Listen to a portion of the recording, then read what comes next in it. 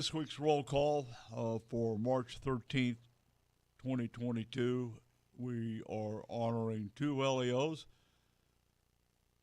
This week, unfortunately, as it always is, first is police officer Freddie Wilson from the Detroit Public Schools Community District Police Department there in Michigan. His end of watch was March the 10th, and we don't have his age.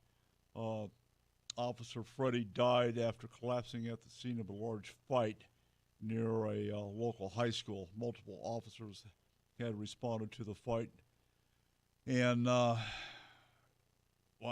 just a really bad deal.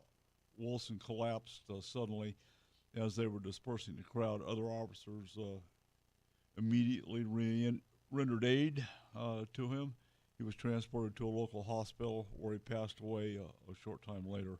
He had served with the Detroit Public School Community District Police Department for over 20 years. Wow, that's amazing. The second one, we have Corporal Benjamin Cooper from Joplin Police Department in Missouri. His end of watch was Tuesday, March the 8th, and once again, we don't have his age.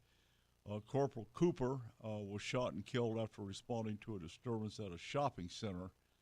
While he and another officer attempted to take the subject into custody, the man opened fire upon them, critically wounding both officers. The man then stole one of the officer's service weapons and a patrol car. He continued firing at pursuing officers until crashing the patrol car. The man was then took cover behind a van and opened fire on a third officer who was still inside of his cruiser, severely wounding that officer. The man continued shooting at other officers until being fatally wounded by return fire. Corporal Cooper had served 19 years in law enforcement, beginning his career with the Joplin Police Department in 2003, returning in 2016.